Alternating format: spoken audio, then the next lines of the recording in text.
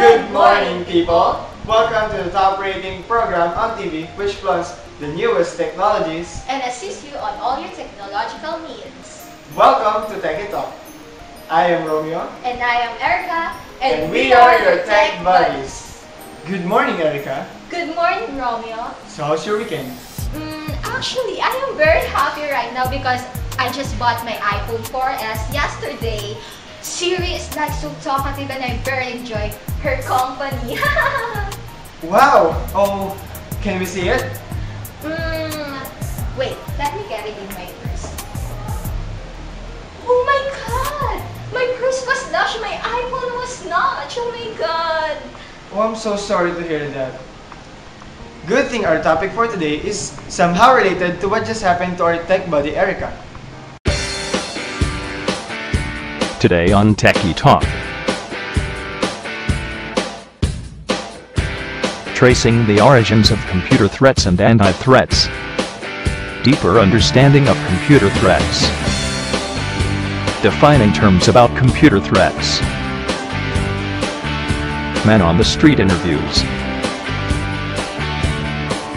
and talk with professionals.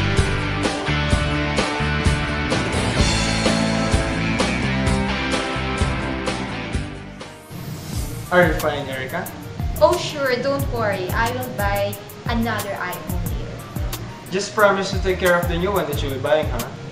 Anyway, Erica, have you experienced being annoyed by some kind of computer threats? Oh, of course. I believe that every computer user is vulnerable to such threats. I agree. Well, it might be a good thing if we will somehow look at some common computer security software which helps us in defeating those annoying threats. And it will be better if we will somehow trace the origins of the common anti-threat features so that we will have a greater appreciation for them. Let's watch this.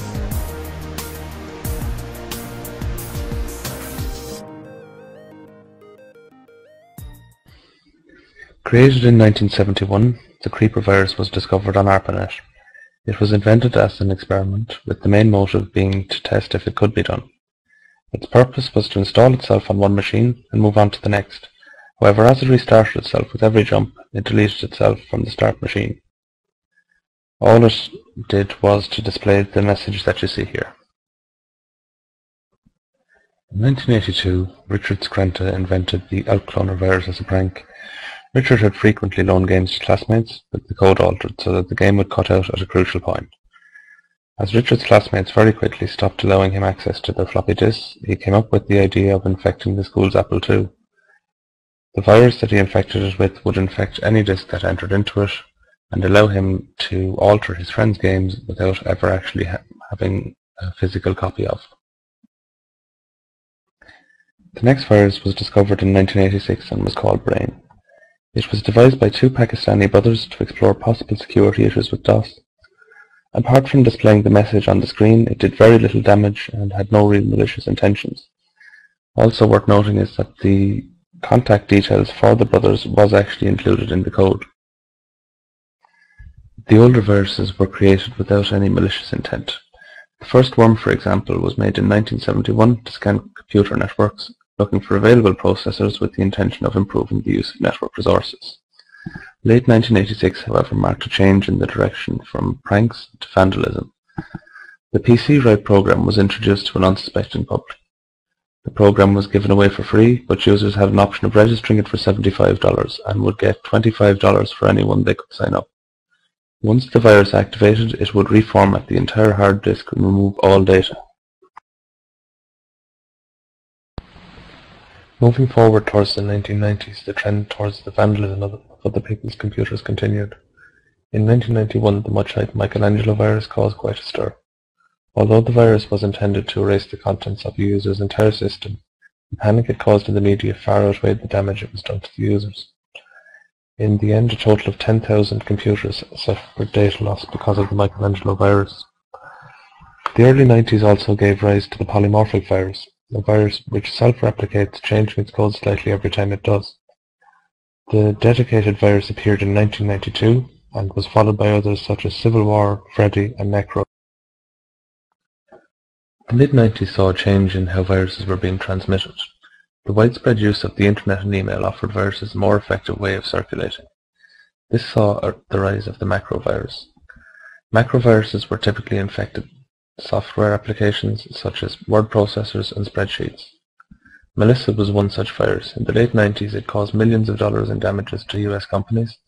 It used a vulnerability in Outlook to send itself to 40 contacts at a time. The love letter virus was another such virus, and a variation on the macrovirus, and had the dubious distinction of being the first for-profit virus. It sent information about networks and network passwords back to its user in the Philippines. It destroyed MP3 files and caused over $5 billion in damages.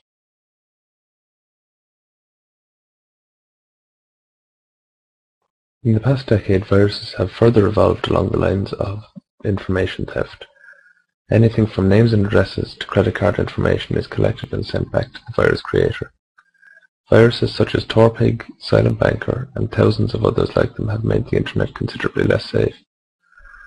A lot of the viruses around today can still be relatively harmless and just display advertising, while some have the potential to steal someone's identity.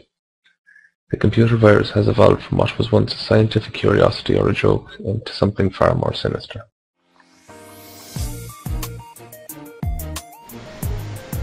Well, I didn't know that before. It was amazing how those security features have developed through time, just to assist us with those annoying threats. A while ago, we have interviewed some of our tech buddies on the street and asked them about their experiences with the computer threats. And here are their insights.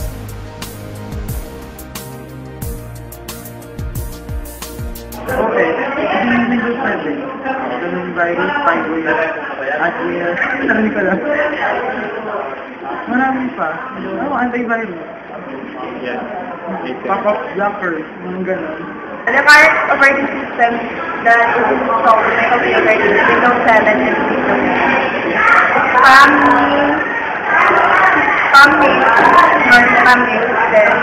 PC and the number one is the virus. I installed fireware and antivirus such as ADT Yung ginagamit ko Windows 7 kasi madali siyang hanapin, mas kumbaga yung mas public na klase ng operating system. Saka kung nagkakaroon ng problema, mas madaling hanapan ng repair kasi mas available sa support. Sa ibang spammers, ganyan, viruses, mga worms, mga trojans, dyan, mga ganyan. Una, kung halimbawa online yung threat, sinusigurado ko muna yung mga dina-download ko is safe siya. Tapos, kung sa tingin ko naman makakaduda-duda yung software, hindi ko na dina-download. Sa mga spammers naman, sa email, usually ganun yung ginagawa ko. Tapos, sa mga, kung halimbawa naman sa desktop lang, umagaling sa mga hard drive, ang ginagawa ko, nag-i-install ako na antivirus computer, XP7. Well, ako lang ang gumagamit ng PC na computer ba? Dalawa lang. Isang pang network, isang pang sarili lang. Virus? Yeah. Siyempre, antivirus. Windows 7. Virus, killer. Yes. Naka-decrease kasi ako eh. Para hindi siya. Kunwari, nakikita ko siya sa site. Para kahit man pumasok yung virus, pagkaroon sa computer, okay pa. Windows XP, adware, yun yung usually ko na-install. Yung computer ko may deep freeze, saka hindi lang ako bubukas ng mga malicious. Ang Windows 2007, yung mga virus, tapos yung mga hackers, mga spywares, iniiwasan ko nga yung pagbukas ng mga pop-ups na Windows, tapos hindi ko rin pinagkakalat-kalat yung password ko. Tapos yung password, syempre, yung mga characters niya, in-strengthen ko by using na hindi lang yung alphabet gamit. Windows 7, viruses, ilan lang ano, yan, mga Trojan virus, lalo na sa USB, station, internet, alam mo na yung mga type na hindi reliable. Yan, yun, bibili lang ng license na antivirus para sigurado. Worth it naman yun eh, kasi 1 year. Well, I can relate to our tech buddies on the street. I've also encountered some of the computer threats they have said. Well, it might just prove that nobody is completely safe to these irritating computer threats. So to our tech buddies out there, do you have any insights to share with us? Questions or anything? Just share what's on your mind through Facebook. Just visit us through facebook.com/TechieTalk or tweet us at TechieTalk. Don't forget to hashtag TechieTalk. We will talk more. TechieTalk will be right back.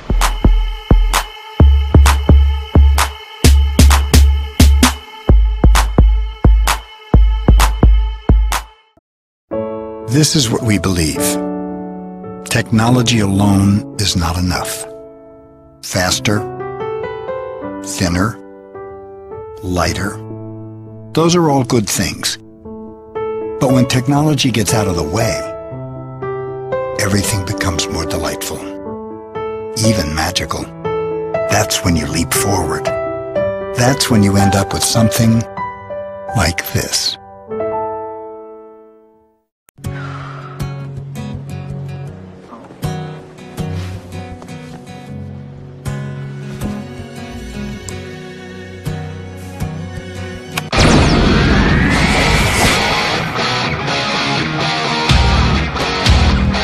It all starts with a Windows 7 PC.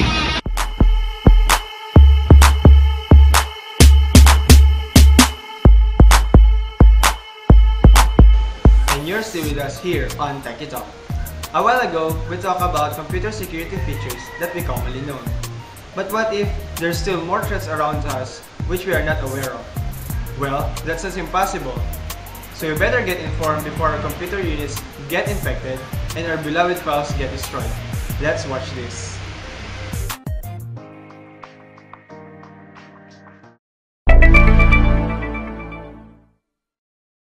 Keep your computer updated at all times, and don't forget third-party applications such as Adobe, Flash, and Java. They don't get updated automatically.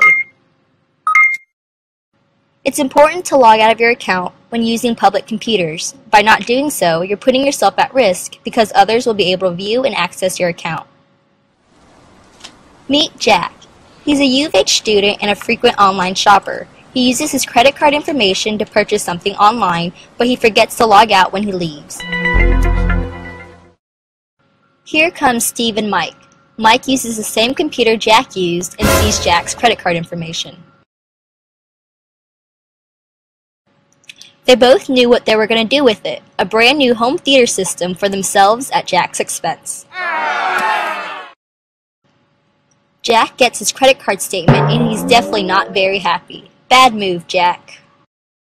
Remember to choose strong passwords instead of weak passwords. Weak passwords are like leaving your keys in your door, allowing anyone to access your personal space or information. Strong passwords greatly reduce that risk because they have a minimum of 8 characters, including upper and lowercase letters, numbers 0 through 9, and unique symbols such as the pound, dollar, and asterisk sign. Always log out of websites by clicking Log Out on the site. Just closing the browser window doesn't log you out. Here comes Rita. She uses a public computer to check her email. She then gets a pop-up asking her if she'd like to save her password. Rita thinks, and finally she decides to say no. Good job, Rita. U of H offers antivirus software free for all students, faculty, and staff. You can download it from the IT security website. Never open suspicious email attachments. Hackers use email attachments to send viruses to computers. An email virus can destroy files on your hard drive and resend itself to other users. Here's Jack again. He's busy using the computer. Oh wait, Jack gets an email with an attachment. Jack doesn't think too much before deciding to open the attachment. Jack's attachment came with a virus and he released it into his computer. Not a smart move, Jack.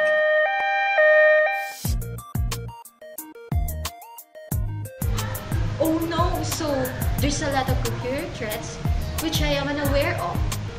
Scared. I bet some, if not all, of our tech buddies feel the same way as I do. Well, to prevent those threats from approaching our units, Let's ask a tips from a professional when it comes to such topics. Let's watch this.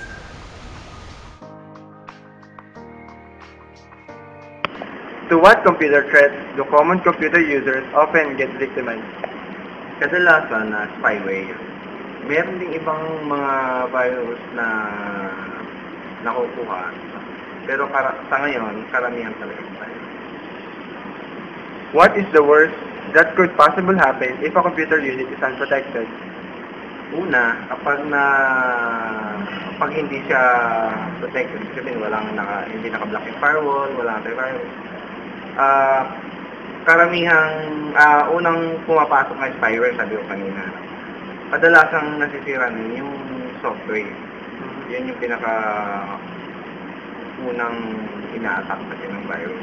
Ngayon, kung pinakamalala, yung worst scenario niya, yung hard drive natin, nasisira din yun. Kadalasang nasisira sa hard drive yung partition ng sa hard drive. Nasisira yung master code. What are the basic and most essential protections do you think should every unit have? Una, kailangan naka-on yung firewall. Pangalawa, kailangan meron ka antivirus at saka updated yung antivirus mo. Yun yung pinaka-tip. If the computer has already been affected, what could be done to treat or cure it? Kapag kaya pa ng antivirus, kung kaya pa i-disinfect, mas magandang i-disinfect agad. Pero kung hindi na, kailangan nang i-reformat yun. Sir, may mga times po ba na kahit po i-reformat, nandun pa rin po yung virus? Hindi. As pag sinabi natin format, totally plural. Okay po. In what ways do threats get passed onto computers? Karamihan sa ngayon, through email, sa internet. Pag mag-download ka, minsan hindi mo alam, meron kasama spyware. Pangalawa, through flash drive, kapag hindi mo alam na may virus pala yun, kasi in-set yun, automatic magkakaroon. Computer, lalo kapag meron kang niran na files na galing sa flash drive na encrypted na virus. Sir, additional question lang po. Ano po yung, para po sa confusion ng iba, pwede nyo po ba i-differentiate yung spyware, malware, at ang virus? Kakamag-anak yun. Kakamag-anak yun eh. Yung spyware kasi, kapag nakapasok sa computer, hindi naman kagad-agad na napapansin ng user. Andun lang siya, yung usual na nangyayari is nagdo-duplicate yung mga files, minsan na-hide yung mga files. Yung virus naman, mas malalayo kasi minsan yung virus talaga naninira ng hard drive. Yung malware, minsan okay lang na nandun sa computer kasi malicious lang naman yun. Okay lang, halos same lang yung effect sa virus. Minsan madami.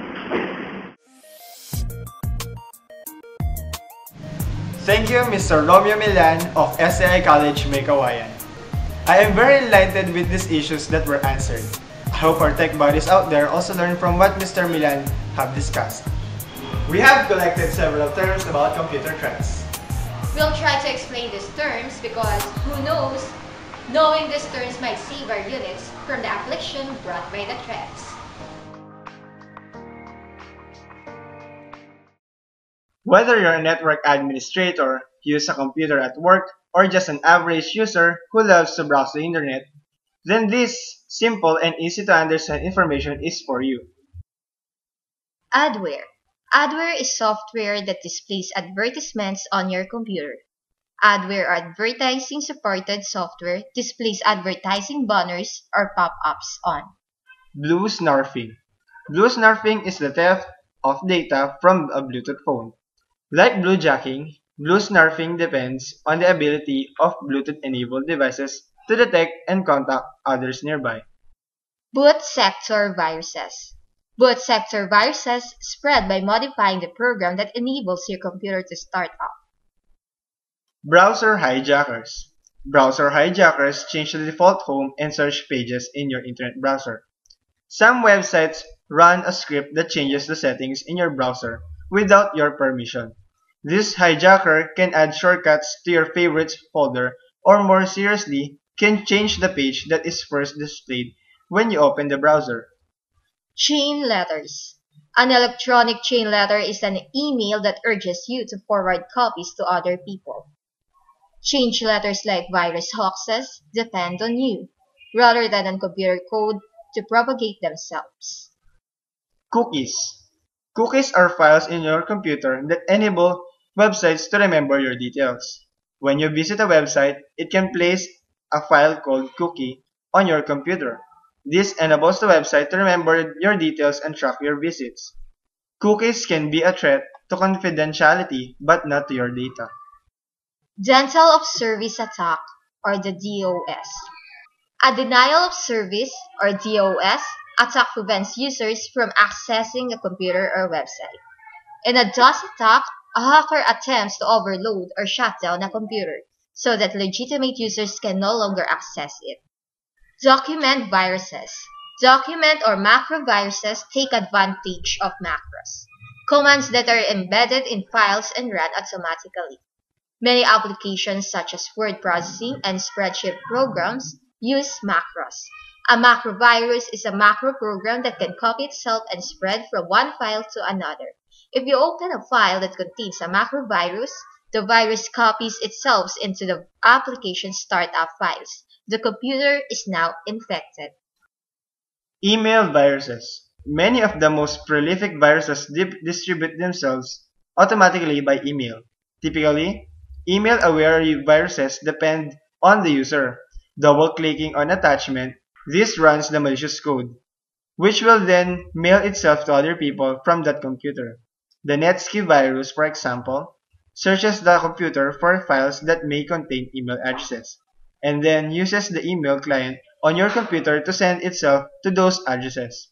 Some viruses, like Sobig-F, don't even need to use your email.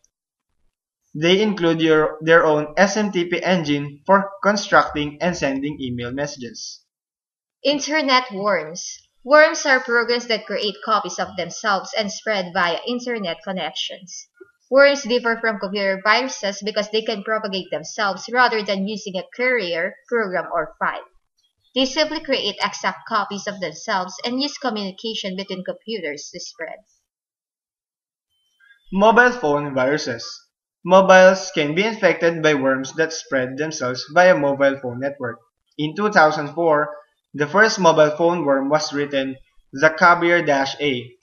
Worm affects phones that use the Symbian operating system and is transmitted as a telephone game file. If you launch the file, a message appears on the screen and the worm is run.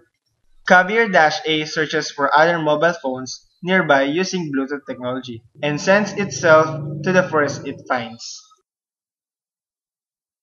Phishing.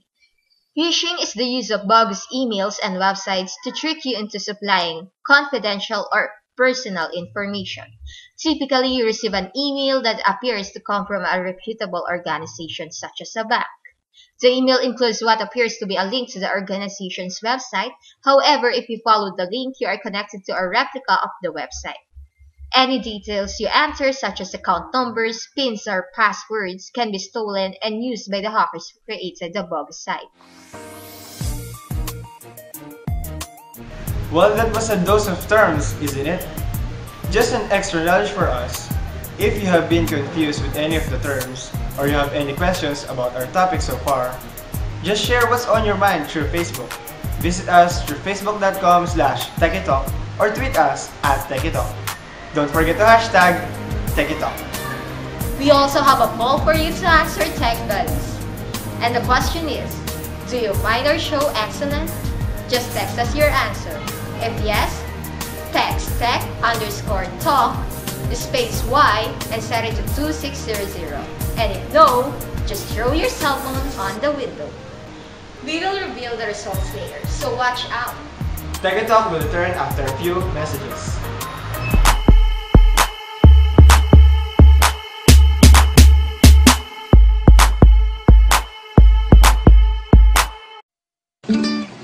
Girlfriend mo na ba ako? Ayoko nga. Di pa ako ready. Ha? Demanding ang mga girlfriend. Gusto ganito, gusto ganyan. Ewan.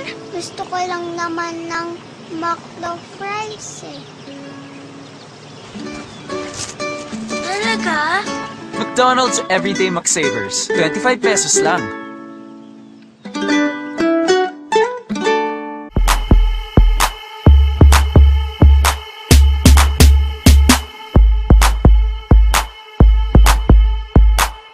Welcome back to Techie Talk. Erica, a lot of our tech buddies out there have connected to us to Facebook and Twitter. And I think it's about time we answer those messages. Oh sure, for our beloved tech buddies, let's get it on. Via Facebook, from our avid viewer, Richard Ace De Leon asks, how to know if my unit is infected? To help us answer your questions, we have invited the CEO of HP Philippines. Let's welcome Mr. Jeremy Navarro. Welcome, Mr. Navarro. Welcome to Techie Talk. It's a pleasure to be here. Have a seat, sir. How to know if my unit is infected? So, first of all, good morning to Techie Talk viewers.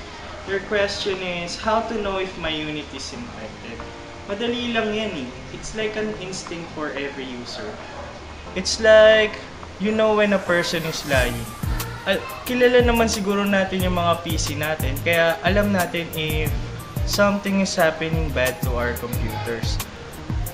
Just like the slowing down of the computers, yung slow refresh rates, lags, just like that. The easiest way to know if your PC is infected is to install an antivirus software. Well then, let's move on to our next question. Via Twitter, Ako Haring Mataba asks, what is the best antivirus software? So Mr. Navarro, what is the best antivirus software? So lahat naman ng antivirus ay kine-claim na sila ang best. Kaya magbase na lang tayo sa isang reliable source, which is the top-10.antivirus.net. Ayon sa source na ito. So for top 10, Avira Antivirus Premium 2012. Top 9, Norton Internet Security 2012. Top 8, AVG Antivirus 2012. Top 7, Spyware Doctor with Antivirus. Top 6, Panda Antivirus. Top 5, Bitdefender Antivirus 2012. Top 4, Kaspersky Antivirus 2012. Top 3, Avast Pro Antivirus 2012. Top 2 is Komodo Antivirus, and for the last, top 1, PC Antivirus Pro 2012. Okay, for our third question, Mr. Navarro. Via Twitter again, iJenamel asks, do Macs need antivirus protection? Mac is immune to viruses, trojans, spyware, malware, adware. Pero hindi ito sinasabi na hindi pwedeng makakreate ng virus that could bring down Mac. Yun. It's just that mas mahirap lang gawa ng virus si Mac kaysa kay Windows dahil na rin siguro sa nature ng OS X niya at saka sa kanyang security model. Pero meron pa rin akong mga nabasa na sinasabing may mga threats sa Mac nila, which is it's like coming from third-party applications that created some form of attack. Yun nga lang, yung attack is different from virus. Nabasa ko na yung attack na yun is it erases data from your Mac, which is it's very annoying. And which brings me back to your original question. Well, my answer is yes. Antivirus program just not provide protection from viruses, but also protection from such malwares, adwares, phishing, like that. Another reason is yung virus na pwedeng mapasa through emails, which kunyari ikaw nagpasa ka ng email that contains Trojan virus to such window users. Then si window users, syempre maapektuhan siya nun. Diba? Okay, let's move now to our next question.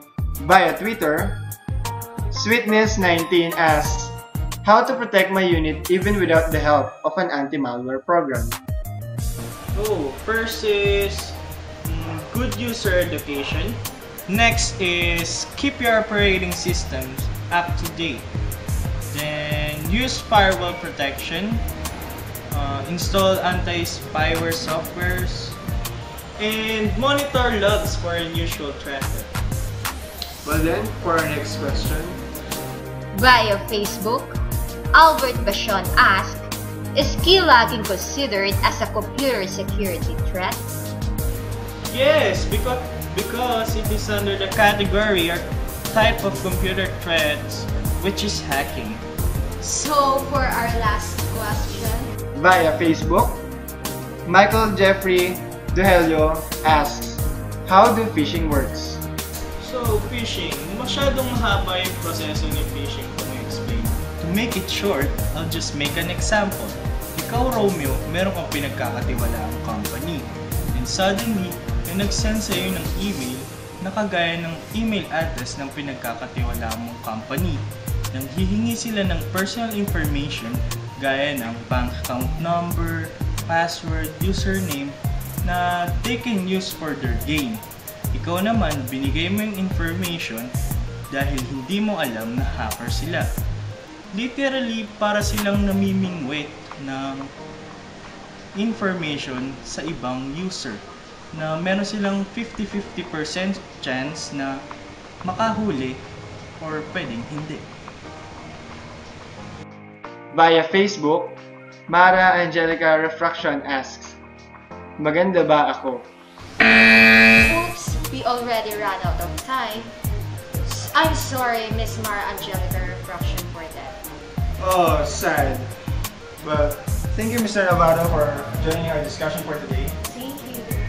Do you want to say anything to our viewers?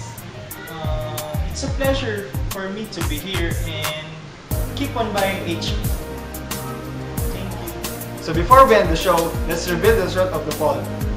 So again, the question is, do you find our show excellent?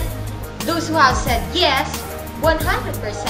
Wow! And 0% for those who have said no. Oh my god, I feel so loved. Wow! That was really unexpected, guys. Thank you for the support. Promise that we'll do better and better on to our next episode. Thank you, guys, and we would like to thank our sponsors, Dr. Vicky Bella, Dr. Kalayan, Dr. Hadenko, Bench, and Let's Face It Salon. And I would like to thank Bench Fix Salon, Jordana Philippines, Oxygen, Pen Shop, Onesimus, Folded and Hung, Memo, Hang 10, Arrow, G2000, Hush Puppies, Executive Optical, Mendres, Emerly, Maybelline Philippines, Garnier, Dell, KFC, Angelo Dominico, Main Street, Armando Caruso, BPI, SM Department Stores, and STI College Shimei-Kawayan. And thank you to STI. Next week, another interesting topic for sure. That's right, Erica. So to our tech buddies out there, keep on supporting us. Again, I am your tech buddy Romeo. I am your tech buddy Erica. See you again next week here on Tech Talk.